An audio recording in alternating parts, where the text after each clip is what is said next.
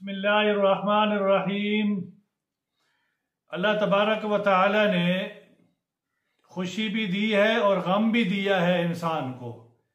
انسان کبھی بہت ہی خوش ہوتا ہے، اللہ اس سے راضی ہوتا ہے اور خوشی کی زندگی گزار رہا ہوتا ہے، لیکن اللہ پاک نے جو غم دیا ہے تو غم کے لیے اللہ تبارک و تعالی نے اس کا علاج بھی بتایا ہے۔ تو دنیا اور آخرت کے غموں کی نجات کے لیے ایک بہترین نسخہ ہے، بہترین وظیفہ ہے۔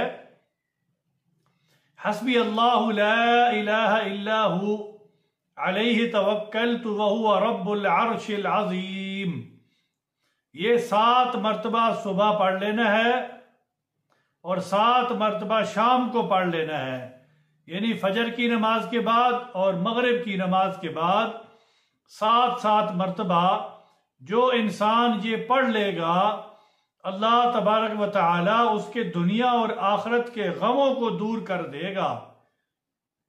اور غم تو انسان کو اللہ کی طرف سے ہی آتا ہے اور اللہ ہی اس کے دور کرنے والے ہیں، اللہ ہی اس کے ٹالنے والے ہیں۔